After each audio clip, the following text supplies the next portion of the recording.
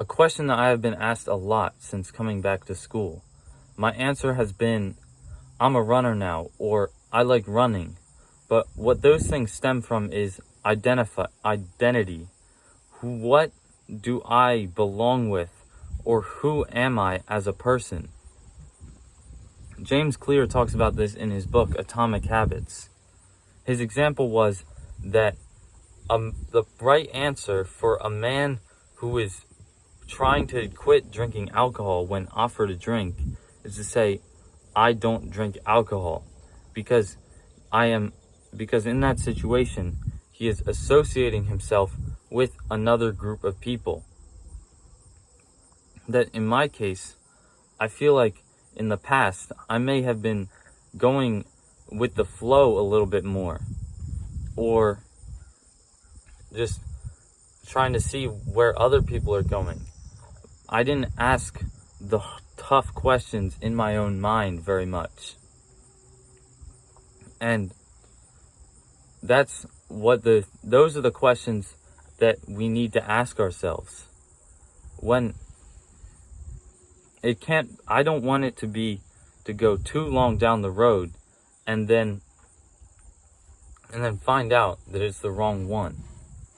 There should be a periodic segment of trying to find out which one, if you're on the right path, or just create your own.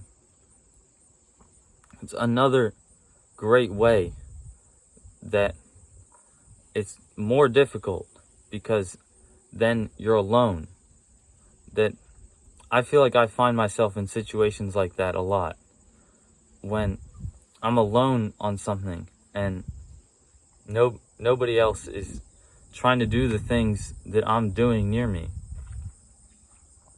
And back to cross country and running, when I'm actually running, just doing that we were doing that like an hour ago. I was running with the team, and it felt like a place where I actually belong, where it feels like something I'm meant to be doing. But if you think about it, it's easy to be in the wrong place. And if I go back to the beginning of the year, in January 2024, I had a concussion and I did not do anything. And then I was allowed to run, and I wanted to do it so bad that I was waking up at 6 a.m., 5 a.m. to get out of the door. I was getting out of bed at 5 a.m. to get out of the door and run just a few miles, get a few miles in. When I was able to get a few miles in, that gave me a test of what it's like. And then I ran a 10K earlier in the year, a few months prior. And that was really all I could do. And I always wanted to do more and more cardio, but it's much easier to only do that thing when it's the only option, and there's simply just not another option. So then also in June, when I ran another 5K, I was having this conversation with this guy at the starting line, and he was like, oh, he's in grad school or something, and he was like asking me if I'm in high school, and I was saying I might join cross country now, and he was like, you should do it. You'll get a lot faster. And then I saw him again at the end of the race, and he said the same thing, that something like this will help a lot, because that's where my goals are. And the more time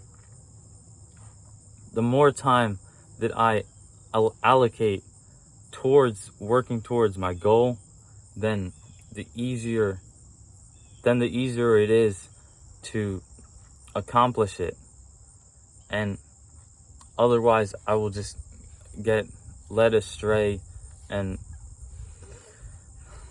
this is a time when I actually want to work towards something and not just goof off and try to see what happens, because nothing will actually happen if I just try to see what happens. There needs to be a recipe or a set of directions, and then see if they work. Maybe they don't, so don't do it again. But I'd like to start tracking the things that I'm doing. And yeah, so then over the summer I thought about it a lot, of what that guy told me.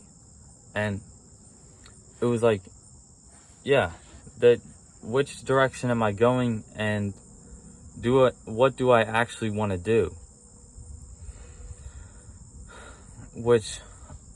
And he said I get a lot faster, which is what I wanted to happen. And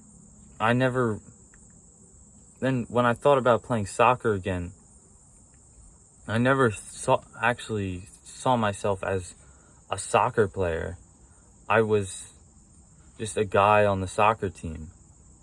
So now I'm a runner and a person on the cross country team.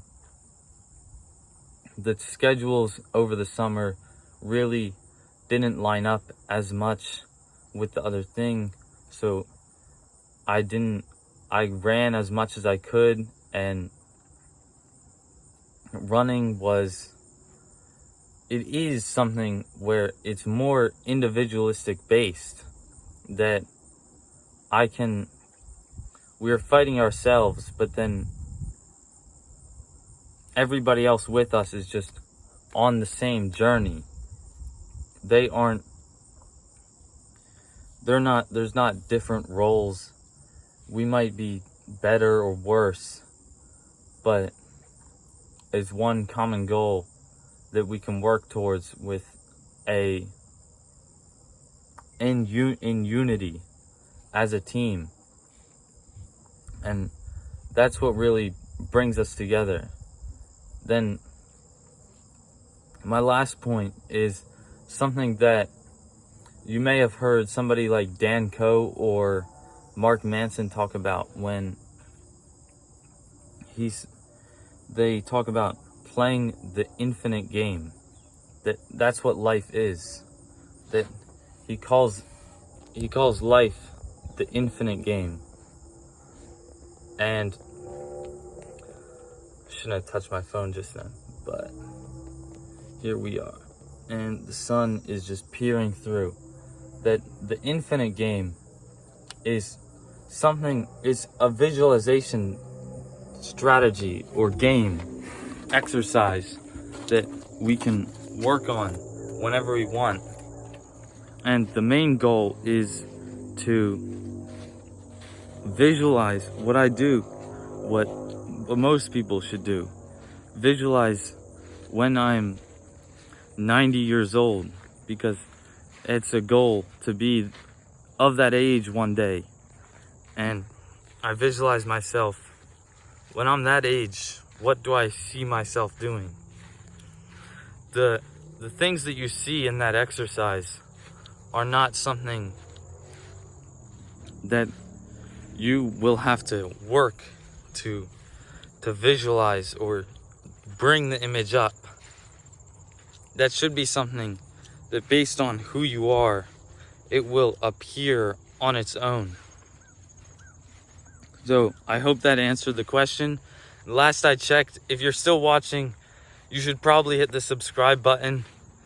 And 90% of people watching this are not subscribed, so do it.